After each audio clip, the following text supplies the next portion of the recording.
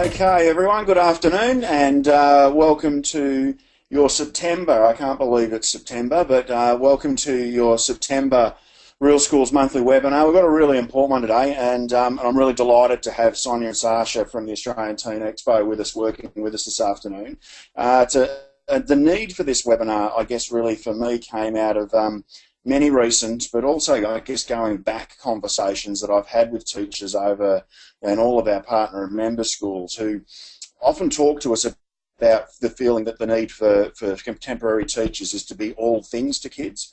And they talk about, and often our experienced teachers will talk about remembering when they were teachers, but now they feel like they're not only got the teacher hat on, but they're counsellor, their psychologist, their guidance officer, their careers path advisor, and sometimes they even feel like they're parents. And so I know that when it comes to that many people are saying, okay, how is it that I can make sure that the advice that I give, that the words that I choose are not only keeping us safe as professionals, but are also the right kind of words to help our kids move on.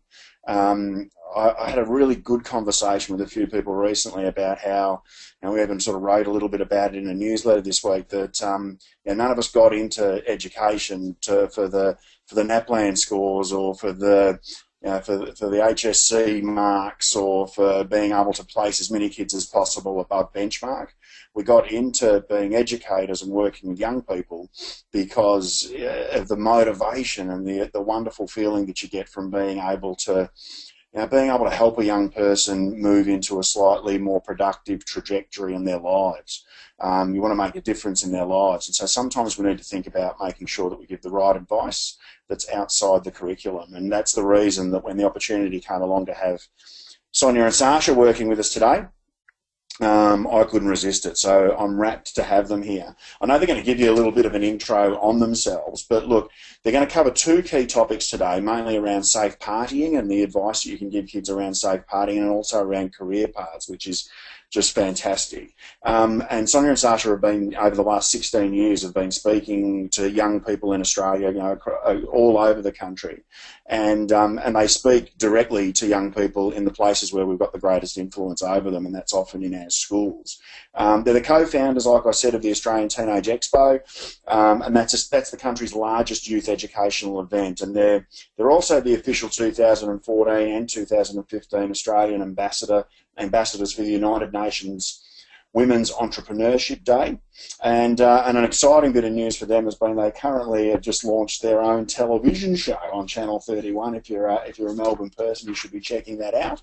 And that's really exciting that there's a message there that Sonia and Sacha are delivering that obviously so many people want to hear. But I think the thing that probably drew me most into their work was the fact that they're so down to earth and they're so very real about the message that they're delivering. And even today, I know they've planned to make for today very much a conversation as we move forward.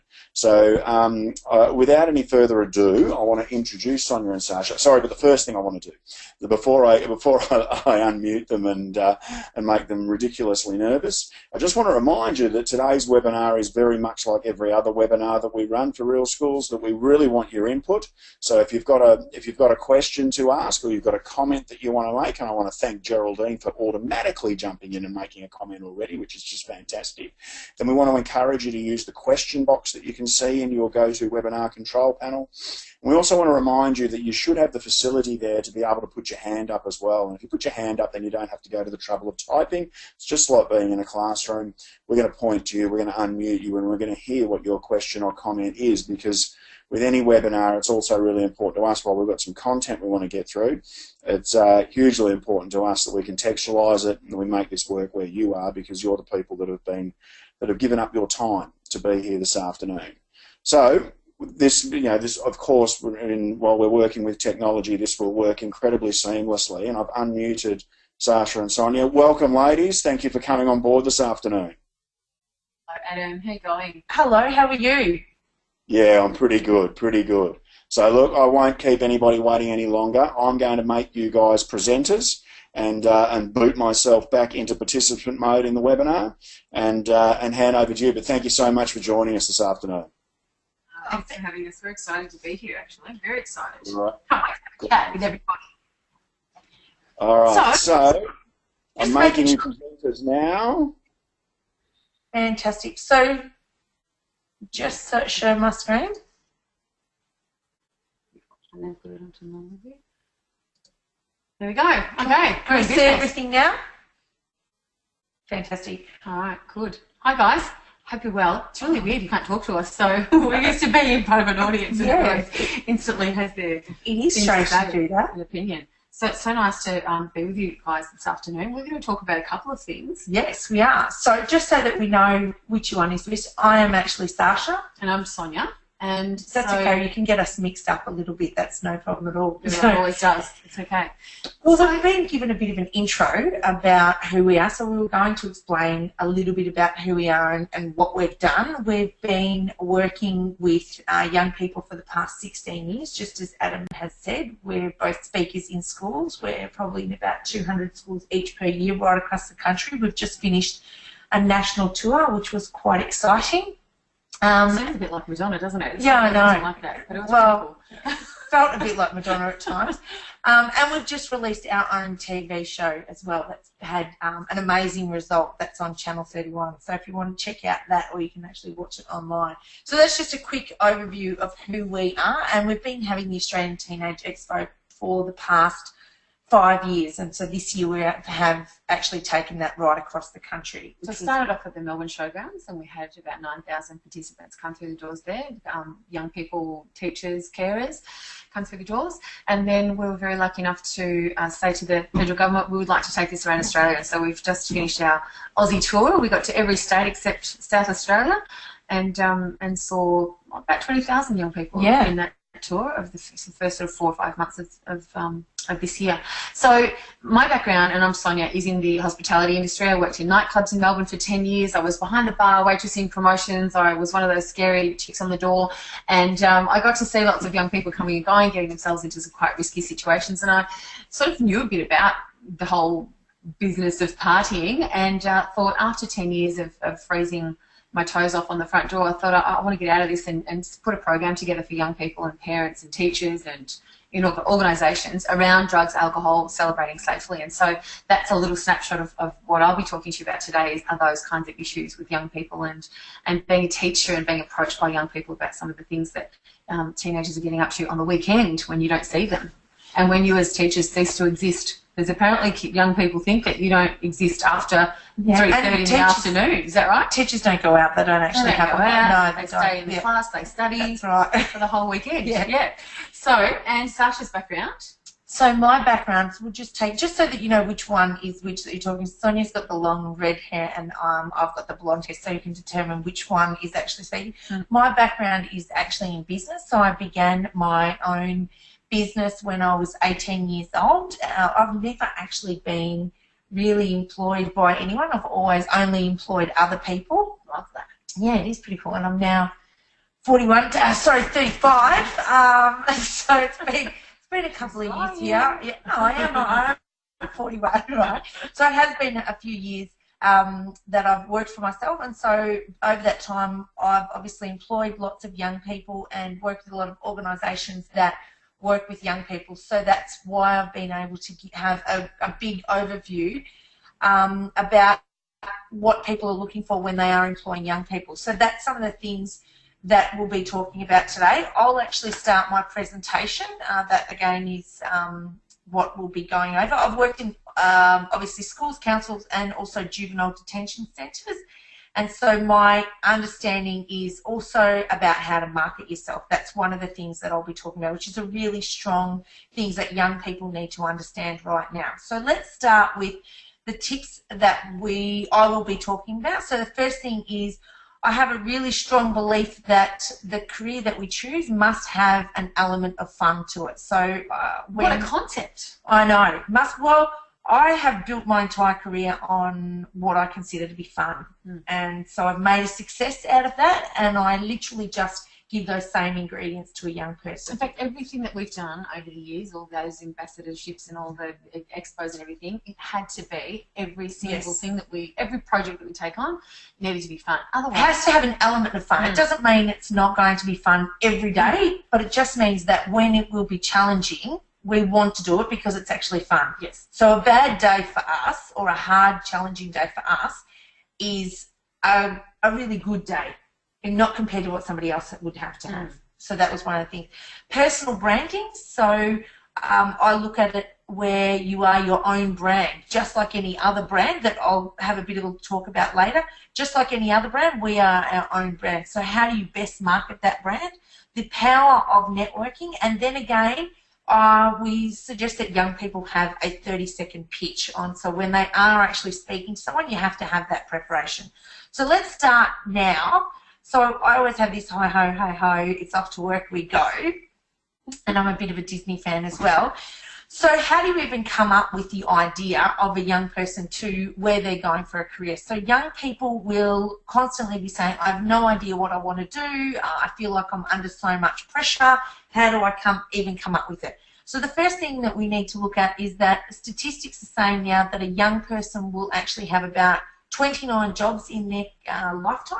Wow. In about 7 different industries, and most likely they'll have multiple careers going at the same time and always have various sources of income. So it won't just be like that standard place where you go to one job, you get one income, and and that's how you live. It's really rare now to come across a person who's been in the job for 30 years or 25 years or something like that. In fact, one of the things that Sonia and I discuss is with employers, how do you actually keep someone that's working there for a substantial amount of time, because they will come in, utilise this generation. Of this generation. Yeah, absolutely. Come in, work there a couple of years, get that training, get that the essence and experience from that organisation, and move off to the next place. So a lot of the time, employers are constantly training people and putting money into that because people are coming and going constantly. They're not having, and we've even noticed ourselves with the, our clients for the Australian Teenage Expo, there's a massive increase in turnover of staff. So that's the thing. So let them understand that they can actually have multiple careers going at the same time, and even though they may have a couple of different choices, sometimes one job will actually be the very thing that one career will be the very thing that supports them when they're going through university. And so that they're doing 2 fun things. One, they're studying something that they really enjoy, but their backup and part-time job is something that they also enjoy. And so with the internet and online businesses now, it's really common that we've come across young people who are at school and they have their own internet or online business going already. Like they've started at school when they were a teenager, so that will continue on, and they've got that entrepreneurial mindset already. Absolutely. Do you know how many young people I've come across that are online traders? So they're under 18 and they're obsessed in learning how to trade and buy shares. They can't wait to turn 18. Most young people can't wait to turn 18 to start drinking, and then we've got ones that are saying we can't wait to start trading. Yeah, but their parents have said, here's my account, here's my stuff, go write it, and they've built up money. Massive. I was at a school where a young person had $70,000 by the start of year 12 just from trading. So that's a great part-time job. I think I would have liked that kind of part-time job. So let's go back and ask them, what do we think about? How is that we come up with something that they're passionate about? So the first thing that you need to think about is not think about a job. You think about what is something that you are passionate about? What is something that you love? And then think of what can you actually do to get paid in that industry.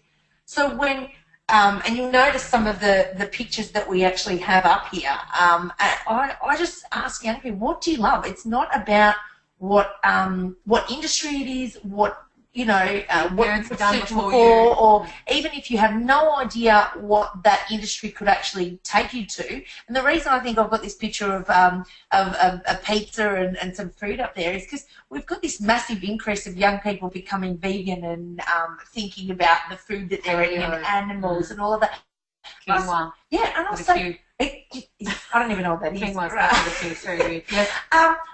There is a career, if that is what you are passionate about, you can actually turn that into a career. And don't, you know, if you are somebody who's passionate about those particular issues, don't go off and think, oh, well, I'm just going to go work in a steak restaurant, because it's not going to work for you. You know, think about what it is that you can work in, and then also think, what job will allow me to get to the next stage in that industry? So rather than thinking, you know, let's go off and work at Macca's or be a waitress, if you're really interested in radio or the media world, whatever job that you can actually get in, that's how you get your foot in the door.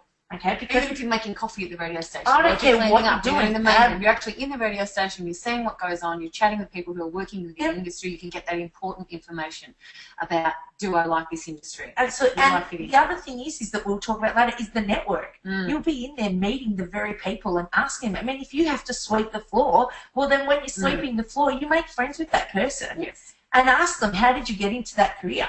And that's a thing that young people don't understand, that's how you establish a network. You know, we're not going to get in at the top. One of the things that I constantly come across is that employers will actually say young people enter the workforce and they believe that because they may have a degree or they may have that education experience that they deserve to be managers straight away. And they're talking to someone that's saying, do you have any idea how long it's taken me to get to this level? And you've done a course and you think you know as much as me. That's not the whole issue. So they do need to understand that even though sometimes the education is important, the experience is just as important. That's why you need to get in there and do that.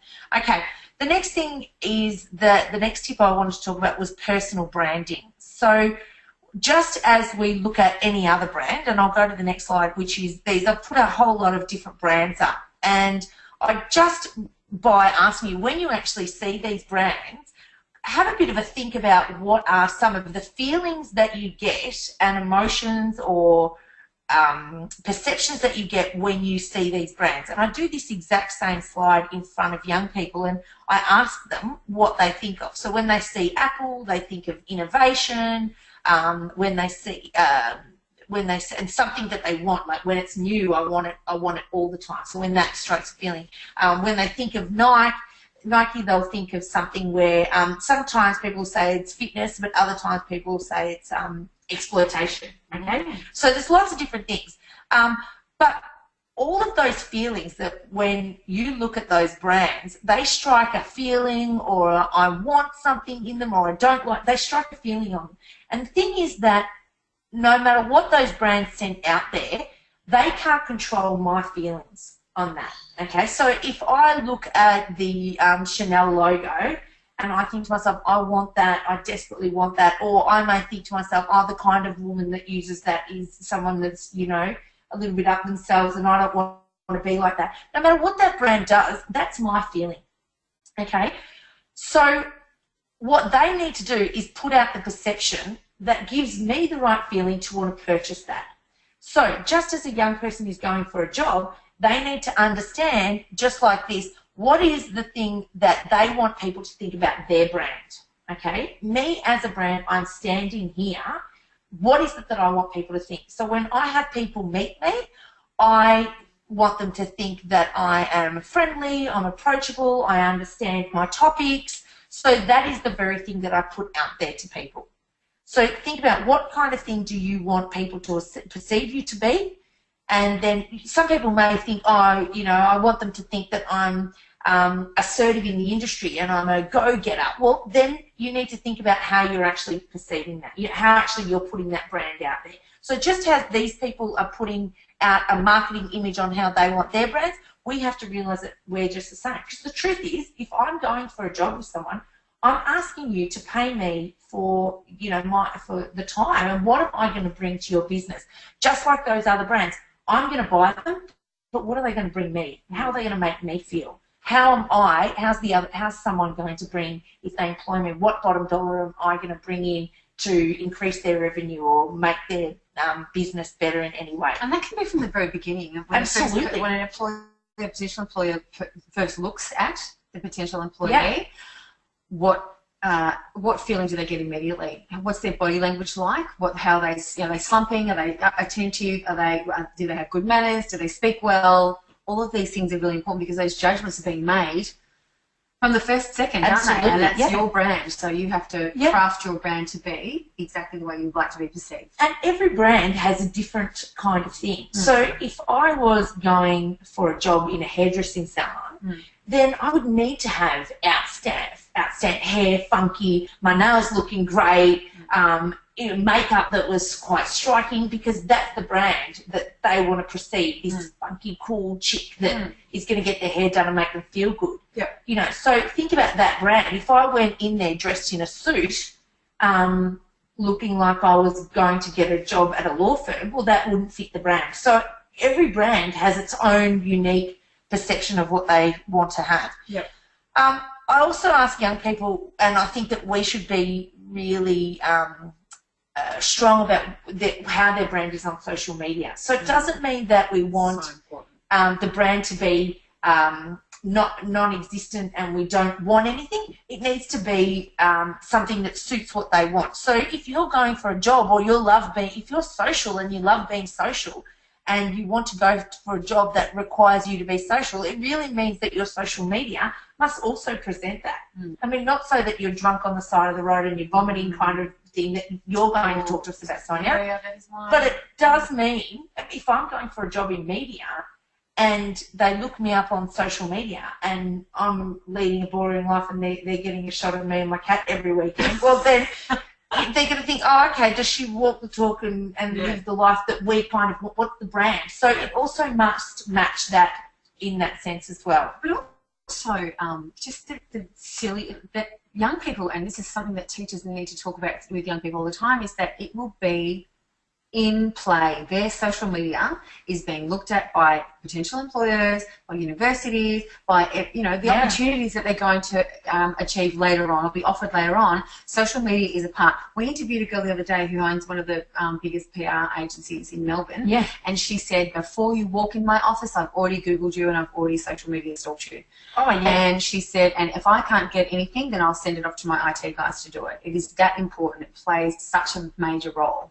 And that does for us as well. When we're employing young people and we're employing interns, we need to look at them, because if we've got young people working for our organisation, our youth event that is sponsored by the federal government, and we are employing young people who've got stuff on their social media which is,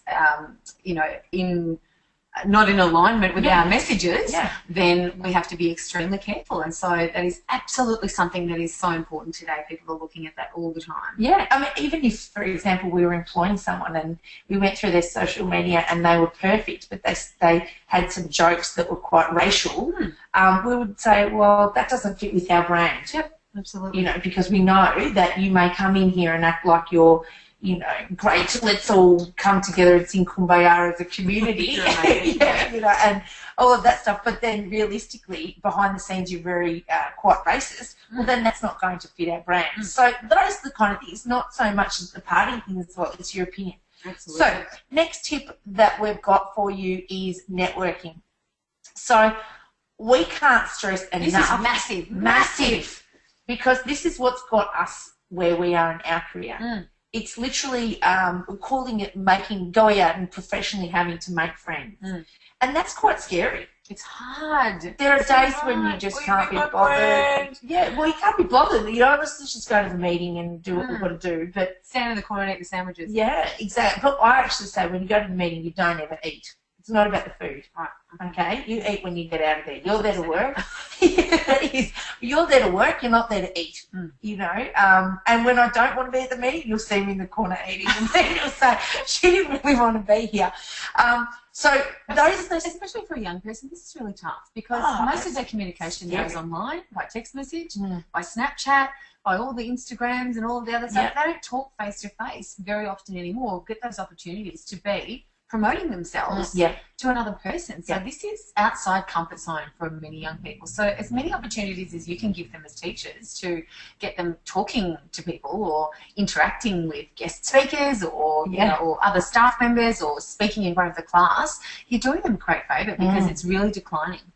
But even with networking, I mean, we ourselves work with some amazing young people that are just such innovative, amazing, like the creativity they have of the way that they network through social media is outstanding. Yep. So even though their networking may not have been the way that we would have done it when we first started our career, now the way that we're networking again is through social media. It's not being scared to send that friend request or send that message to that person that you would have wanted to speak to.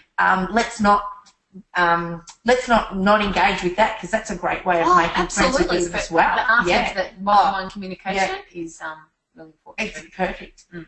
So we also say when they're doing work experience, the work experience is about getting them to think about how they can possibly make friends with the person there so that they can get some references. Make sure volunteering, I can't say enough about volunteering in any kind of organisation that's going to get them somewhere in the career that they want to be involved in, or also just to give it a go. And it doesn't mean that we just need to go off and volunteer at the RSPCA and sweep up puppy poo or anything like that, but it does actually mean that you can volunteer at a corporate company and ask, may I do some work after hours, may I come in on school holidays, just to be around. And not only what that will do is it'll actually expose you to other industries within that same industry, because there are so many jobs within just one job, and if you don't ask those questions and you don't get involved and say yes and try new things, as well as cold calling and just going out there and starting from nothing, if you don't do those things, how will you even know those jobs are existing? And employers look for that. We had this on our TV show the other day, didn't we? We spoke to somebody who said it's not just them having a degree now. No. It is all about, and I read an article about this in one of the top, what are they? The recruitment agency. Yeah. People said, we don't look for the degree. We know that that's there. That's tick the box. What else have you done? Yeah. Because it shows us initiative. It shows that you're not shy, that you've put yourself out there. You think outside the square. You're out promoting yourself and not being afraid to have those experiences. And also some of the jobs that actually that did actually require a degree, now people are entering that same workforce with a master's. So your double degrees. Yeah, and so they're automatically going for that. And so they're saying who's got those extra degrees and who's also got the experience. And the other thing is that we say the same words on our resumes all the time. Okay, so I'm using the same, quick learner, work as a team, blah, blah, blah, honest. We're all using the same words. I mean, I'm using the same words as a young person that's entering the workforce. We're all doing the same words. But what's the backup to say that I am those self-starting, motivated, quick learning people? It needs to have that backup there. Yeah. Exactly. So looking at those things as well. We've spoken about the food, but don't be scared to get them to make friends and try to randomly introduce themselves. And also, no matter when they meet an adult, key tip is whenever they meet an adult, just to ask them two questions. First is, what is that you do for a living? And the second question is, what is it that you actually physically do all day? Because from an outsider's perspective, I know that a lot of young people will come up and see my job and they'll think that I go into a school, speak for an hour and a half and walk out and that's my entire day. That's just a small snippet. And I say to young people, I drive a minimum of probably 4 hours a day. But if you don't ask me, then how are you going to know? So this job may look fantastic on the outside, but if you don't like driving in traffic, then you're going to hate this job. So you need to ask those, what is it that you do? Because what is it that you actually do? It's not just about the glamour side of it that we do. So those are the two questions that I always say to young people when they're meeting someone, whenever they're meeting anyone, because all of a sudden they'll expose them to an industry they may not have even known that existed. And people like to talk about themselves. So if you ask them about what they do, what is it that you actually do every day? And I think one of the tips that I've heard you say before is fantastic, is to get young people to just not be afraid to send an email or a message or rock it up into a workplace, if it's a cafe or somewhere that's easily accessible, and say, can I take you for a coffee? Yeah. I'll pay. I'll take you for a coffee, and for that 15 minutes and that $4.95 or whatever it is, you will pick their brain and work out, well, actually, I don't want to do what you're doing because that sounds really boring to me. Yeah. And you will say, I do. Yes. This is great. Exactly. So, and don't be scared. And if you ask the person, can I please take you out for a coffee, or can I just buy you that latte, and they say no, well, then don't sort of say, oh, well, I'll never ever ask another adult those questions again. You just get up and you find another person that's interested. So when they have got an idea of what they want to do, you ask those questions, get involved. One of the tips that I have also is to always try and see, rather than think about how they can help you, think about how you can help them. So it may actually be that the young, when they're speaking to someone, how can I help you? What can I do for you? Or can I come in and, help you? Even can I share your stuff on social media? Or what can I do to help you to get involved? And, and then they'll be like, oh, so you want to do something for me for nothing? Yeah, I can. So before you know it, they're starting this relationship. And in fact, they're actually getting the experience. And even though they think they're helping the employer, they're actually getting the experience. So that's a really important thing. So I got one of the jobs that I had in hospitality. I said, I'll come in and do a couple of nights for you for free. If I'm any good, put me on. And they did. Beautiful. Yeah. There's countless examples of how people, whenever they are speaking to any adults about potential employment, is to actually speak with passion. Don't go in there and go, and be quite scared. Talk about, like, if they love that industry. I mean, if you're going in to get a job at Hoyt's and your job may actually be to sweep up popcorn, then you go in there and you talk like you love movies and like you've never loved anything before, and you'll know things about movies and talk about them and how passionate you are about the screen and lighting and whatever it means to be. Well, it does that chocolate that rolls under the seat. Yeah, exactly. And they always have the best popcorn on the entire planet or whatever, and really know a bit about that because they'll be like, wow, okay, you sound really, really cool in that. Yeah. The last thing that I would like to talk about is that 30-second pitch. And again, that is, let's say they get in there, they have that opportunity to meet someone within the industry that they do want to get a job with. And I actually say just rehearse this over and over and over again, where in less than 30 seconds, and I say we also have a 30-second pitch and then maybe even 15, because you can't really keep someone's attention for a really long time. So get that in one sentence. I can tell you who I am, what I want to do, and why I'm actually here. And then that person's like, you've got me grabbed. I'm prepared to listen. And the concept of the 30-second pitch came that if you were to be in an elevator with someone that was going to potentially give you a job, and you're going from, say, the first floor to the 30th floor, and you have that 30 seconds to actually try and attract their interest, what would you actually say to them? So you need to have that prepared so that when that opportunity does arise, you've got something to say, so that when that person asks you, you're just like, and then bang, the opportunity's gone. Get young people to constantly rehearse what it is that they want to do. This is a technique that you can do in the classroom when you're doing an introduce yourself to each other kind of activity, or if they're going in to do some group sessions or something like that. This is an icebreaker starter. Who are you? What do you want to do?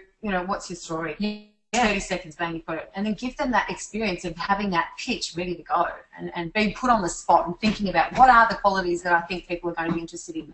Yeah, look, I have done this same activity with a group of lawyers, and the first time that they gave it a go, their pitches were the most boring pitches that you could have ever come across. Okay? And I had this one particular lawyer that was a tax lawyer. Now, I don't think you can get any worse than a tax lawyer. And worked with in terms of excitement. In terms of excitement. And I'm not bagging any tax lawyers out there because we do need them up, but it's certainly not something if I met them at a party I go, hey, I want to hang out with you and chat to you the rest of the night. And the first, when they created this 30-second pitch, and then they told the group the 30-second pitch, because there was a whole lot of lawyers and a whole lot of different things, everyone kind of went, that's really great. And as we worked on it, they created this pitch that was 15 seconds, and this woman was so passionate about tax law that when we finally got it down pat, I was like, you know what, I'm really interested. Like, that's how, in things that you would never, I mean, she was like, tax law is sexy and it's cool and it's got so many loopholes and I can figure it out for you. And before you know it, I didn't even have any tax issues, but I wanted to hire her, right? So that's the power of a great 30-second pitch, that even the most boring thing, because the last thing you want to do is meet someone that just, what do you do? I do that. Okay. It's a good thing for teachers as well, because teachers, you want to be able to say to them when you meet someone at a party, what do you do? And bang, you tell them in straight. And it makes your job sound really cool. I'm changing the next generation. Absolutely. Do something there. Yeah. So those were the tips on how to give some information to young people about how they can best work on their career, come up with the ideas. One of the things that we always say is tell young people lots and lots of stories. When you teach them something about this stuff, give them an example. Okay, so because it just my makes favourite example of that is, Sacha, is that we interviewed a guy who worked in fashion, and he's a wedding dress designer and quite famous. And we said to him, I said, how did you start off in this industry? And he came up with this fantastic idea. When he was a young person, he wrote his resume on a boot. He wrote out his exact resume on a boot, and he sent it to the company that he wanted a job with, and he said, the note attached was, I hope this gets my foot in the door. And bang, got an interview, got the job. And I just think that's the kind of stuff, because young people will, there's thousands of people going for the job. What stands out? Absolutely. How can you be different? How can you think outside the square? Can you give them a little gift or a little something that will make you memorable to them? Just your two-pager. No, I have another example of a young person wanting a job in media in the sports industry, and could not get their foot in the door at all. And they looked for a radio station that they wanted a job with, and they Googled who the CEO was, and then found out that they were a member of Carlton Football Club.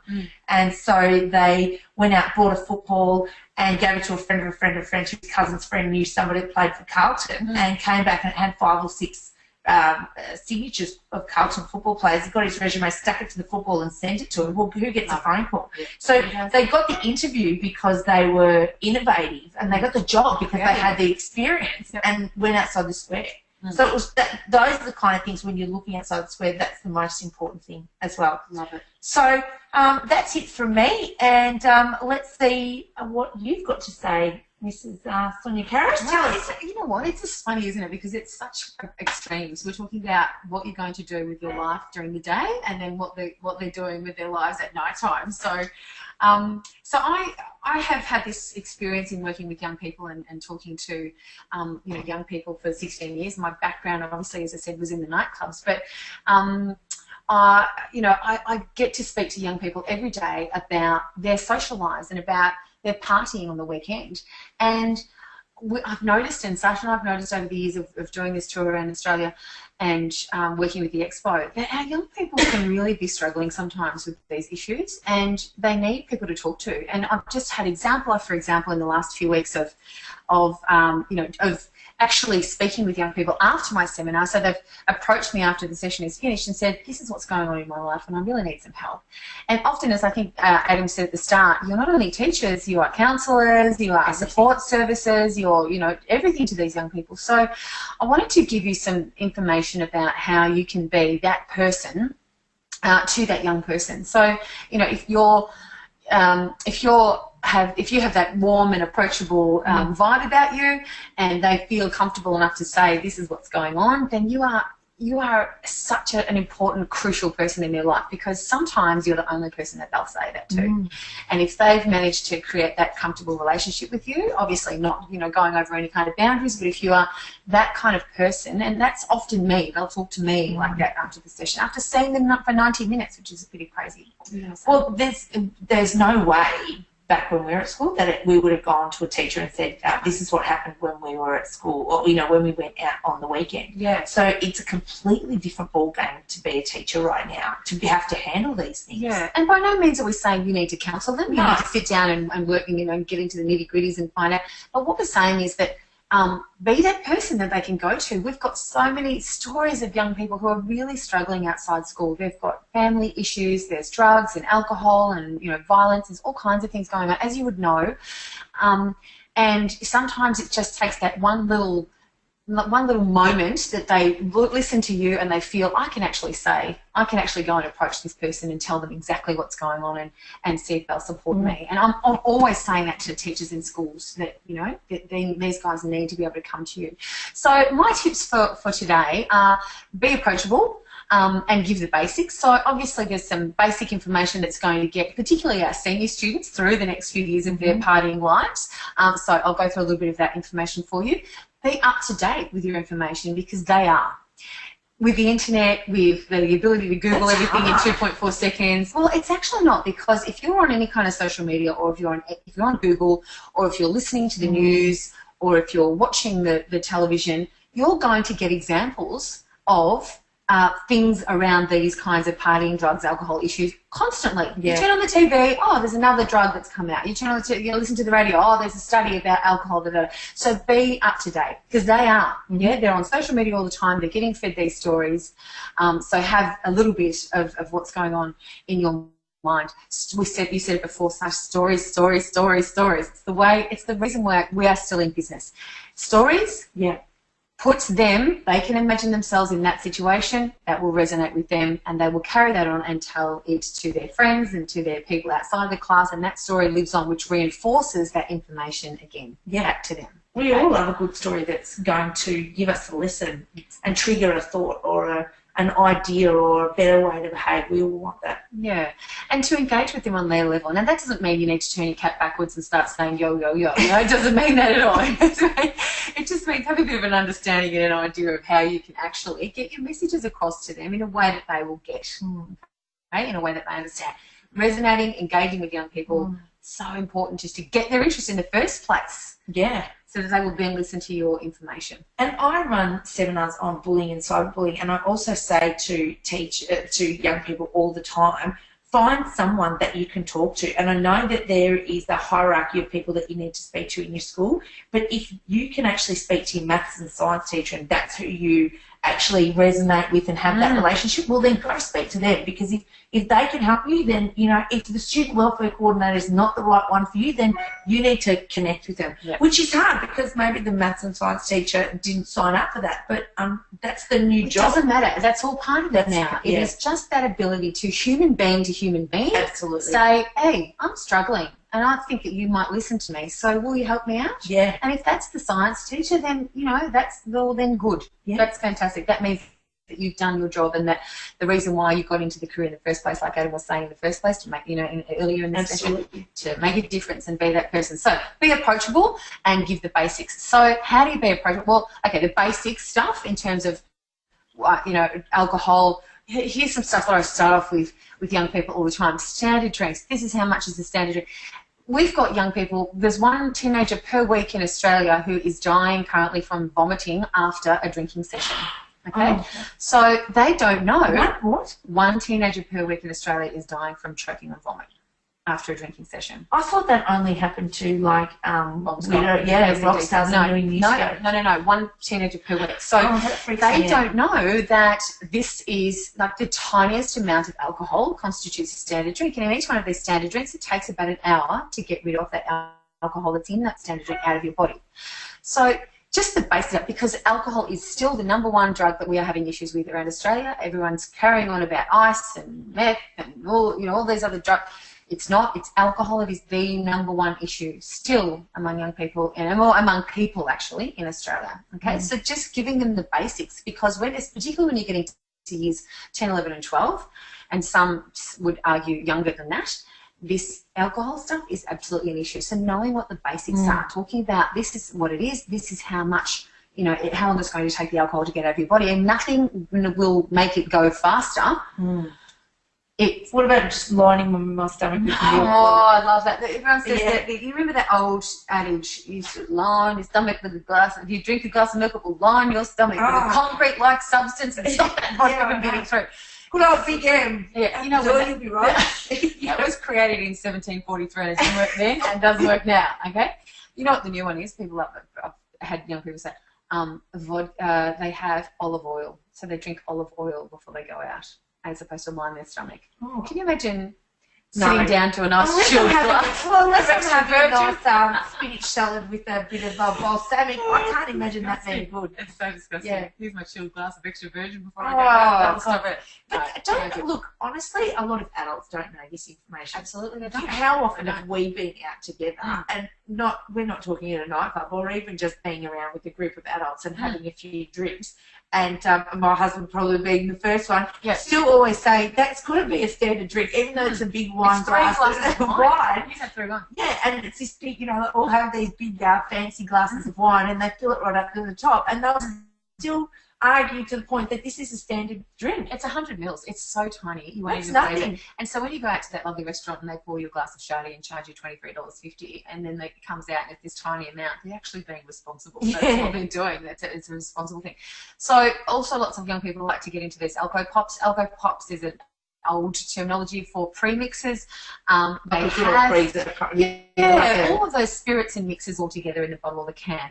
Some of them are tricky though. We've got one standard drink and others are more 1.2, 1.4. There's a mini can on the market which is 250 mils at the moment. It has 1.9 standard drinks in that tiny little can. So if you don't know that you're drinking almost 2 drinks in 250 mils and you have 3 of those cans, that's 6 drinks. And the amount of alcohol that's in that will take your body between 6 to 7 hours to process out. Wow. Those 3. Yeah, it's crazy, isn't it? So knowing the basics, having just a bit of an understanding and being able to talk about those and put them into context as well. Recovery position. 100% these young people need to know this. They chuck them on the couch, they put a doona on them, and they say, good luck, let them sleep it off. They must know what this is. I tell parents, get your kids to get down after dinner and give me 10 recovery positions so that they know what it looks like and they're quite comfortable with doing it. And then, how do you call an ambulance? Not 911. Yeah. 000. How can they not know that? Because they panic. You panic. Yeah. I had to call an ambulance once when I was at Chadstone Shopping Centre, which is a massive shopping centre here in Melbourne. I was out the front. I thought a guy was having a heart attack in front of me. I had to call 000. Never called 000 in my life before. And I freaked out. They said, where are you? I said, I'm at Chadstone Shopping Centre. And they said, where? And I said, I can see a postbox. I'm freaking out. Please help me. I'm a fully grown woman and I was losing my mind. So it's a stressful situation to be in. So 000 and knowing what the recovery position looks like, teaching them those basics. And it doesn't matter what kind of teacher you are and what subject. These are the things that you can be passing on if they come up in conversation in class, or if they come up in conversation when they're after class and people are chatting, or you're a home group teacher or whatever. How's the weekend? Oh, okay, this like, and they tell you a story. This is the stuff that they need to know that will save their lives. Don't be scared to call ambulances, call 000 and put them into the recovery position, okay? And just by you knowing this stuff and having the odd story to back it up, you are then much more of an approachable teacher and someone who will actually, they'll want to come to. We talk about things like adding alcohol to energy drinks, really dangerous because the energy component actually masks the effect of the alcohol, and so they think that they're not feeling drunk, so they're drinking a whole lot more. Okay, and that is, and they're very, very popular. Yeah. So what they'll just do like 3 Red Bulls, one after the other. I mean, that would just send you. Yeah, and there's a warning on the can that says in a lot of these energy drinks you're not supposed to have any. Yeah, but it's written in font size 1. Yeah, exactly right. And the amount of caffeine that's in that is extraordinary. It's really taxing on the body. Why do they black out? Why does a young person pass out if they've had too much to drink? Well, because it's their self-protection mechanism. It's the body saying, I'm in danger here. You need to stop because I'm actually going to stop you because I'm going to make sure that you can't put any more alcohol in me because I'm at a critical point here. I'm in trouble. Why do they vomit? Because the body has had too much. It's a poison. It's a toxin. It's saying, listen, I can only process one of these standard drink things out in every hour. You've put too much in here. Can't cope. Out it comes. Yeah. Okay. So these are some of the things that they need to know about as well. Why did these things occur? And then what to do in those kinds of situations. So be up to date. Okay, tip number 2, be up to date. Now, what I said before was the same kind of stuff. Know what's going on with the trends. Listen to the radio. Get on Google. Get on social media. There are stories about this stuff all the time. This is a really interesting one, which I love. At the moment, in Australia, way more than we've ever seen before, young people have decided not to drink at all, or they've decided to wait until they turn 18 to begin drinking. I love that. Now, I say this to young people in my seminars all the time, and the people who are non-drinkers high-five each other. They say, finally, we've been validated, because all of the emphasis is on the people who are drinking and partying on the weekend, and you don't have that justification for not. Or somebody saying, actually, that's okay not to do that. Yeah. And so what this research from National Drug and Alcohol Research Centre said is that there's about half of Australian teenagers now that don't drink. or they're going to wait until they turn 18 to begin drinking. So that's awesome. Yeah, so the message is really getting out there. Why this is happening, we're not sure. Maybe. I've got a little bit of an opinion on this. I think sometimes, the work that organisations like Drinkwise and people have been doing has been actually sinking into young people. I think parents are getting better at having conversations about these kinds of things with their young people. I think teachers are getting better at having conversations about this with young people. I think we're living in a time where everything that a young person does now is documented on social media, and so they don't want to put themselves in a vulnerable situation, so they're actually lessening their drinking. They are also knowing that alcohol on the developing brain, and there's some really good research that came out a few years ago saying that alcohol has lasting impact on the brain the earlier it is introduced into a young person. So the recommendations were that you don't have any alcohol at all before the age of 16, that you limit the alcohol between the ages of 16 to 18, and then slowly introduce alcohol after the age of 18, because a young person's brain is not fully developed until they're in their early 20s, and there's a strong link between damaging the part of your brain that is responsible for decision-making and risk-taking behaviour, and also links with drinking issues later on in life, the earlier alcohol is introduced. Okay, so I think it's got a lot of that research and information's got out there. Plus, they don't want to limit their potential, they don't want to mess with their brain cells, because they've got really great goals. You know, some young people that we work with have been extremely intelligent, motivated. This is my goal, this is what I'm doing, and I'm nothing will get in my way.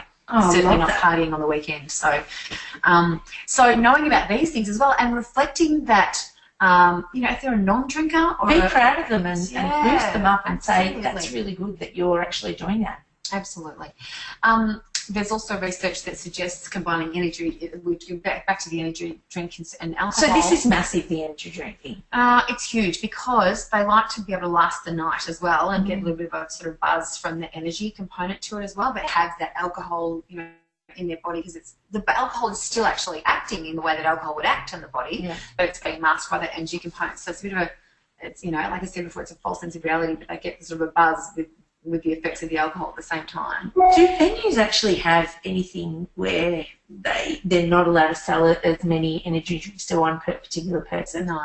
So they can sell as many. They have what they call responsible service of alcohol. So if they see the signs, responsible service of energy drinks as well. Not that I'm aware of. So if they see the signs of a person being intoxicated, they're legally not allowed to. And what's intoxicated? There's drunk and there's drunkety drunk.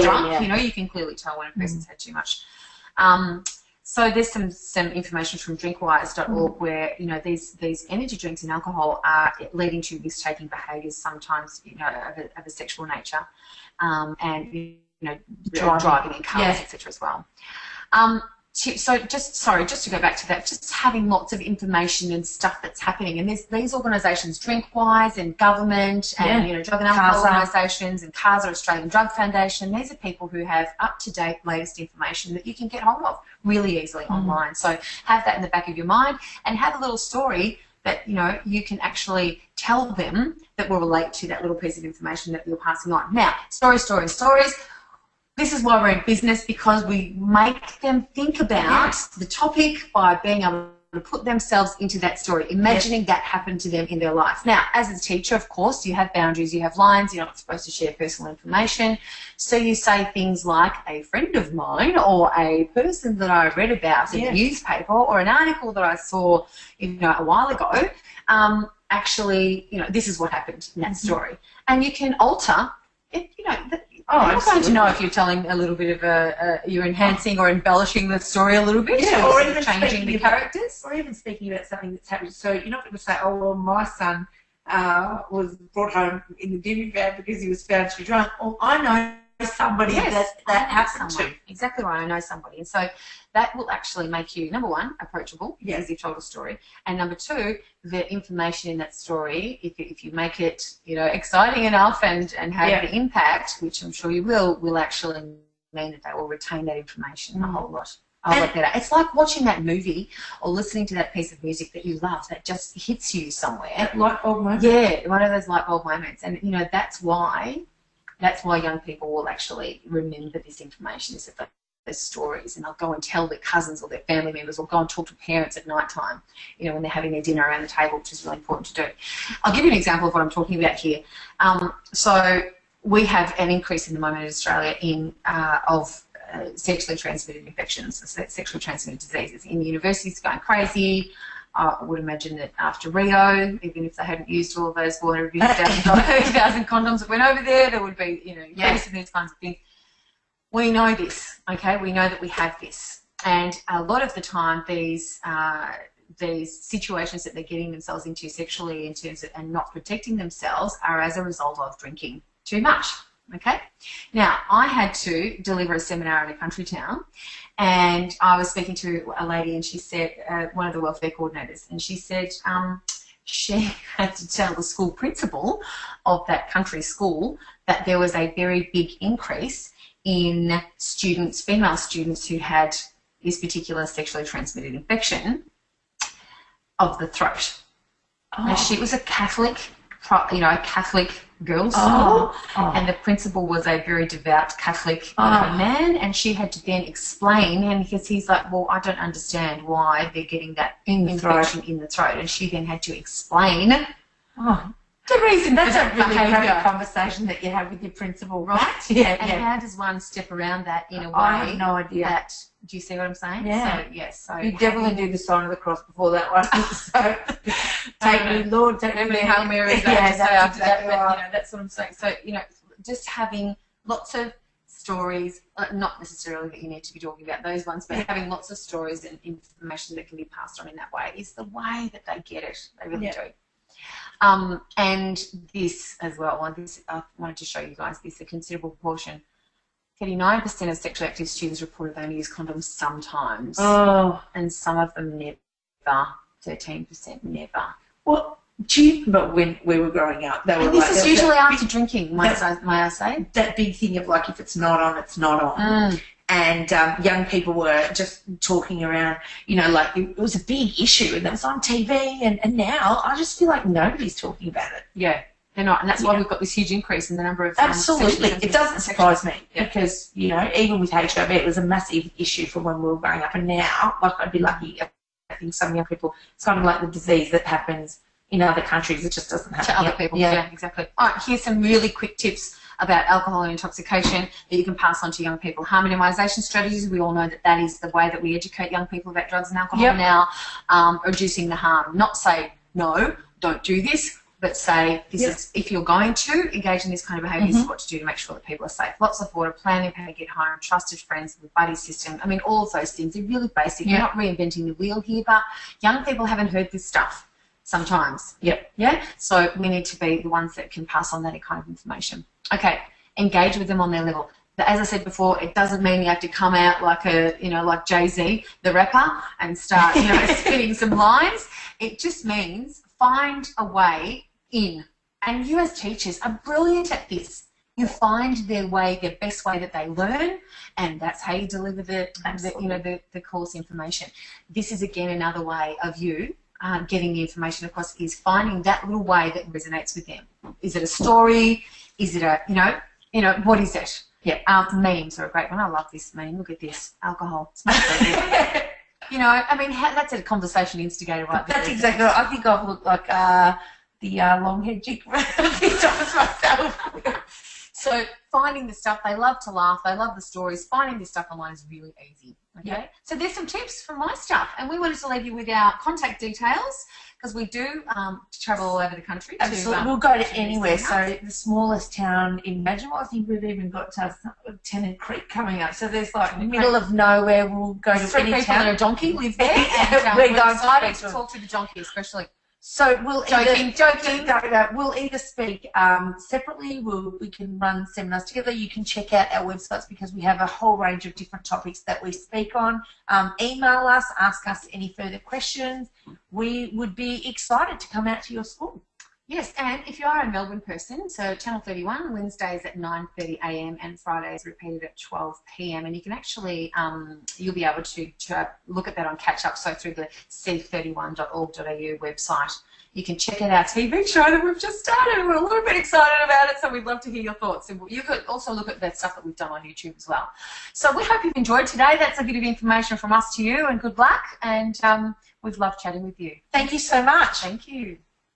Hey guys, I'm here just to finish up. Thank you so much for this afternoon. You've lived up to, you know, all of my expectations about being down to earth and easy to access. It's just fantastic. And I'm just, you know, thinking myself that, you know, we're recording today on September 8th, which is RUAK Day, that teachers are probably having that day today where kids are more likely to come and speak to them, and to have that information in our back pockets is just absolute gold. So thank you so much for stepping into the Real Schools community this afternoon. Pleasure. We've loved every second. Thank you. We're happy to come back and do some things. Oh, we'll have to look into that. All right. Thanks, guys. Bye-bye.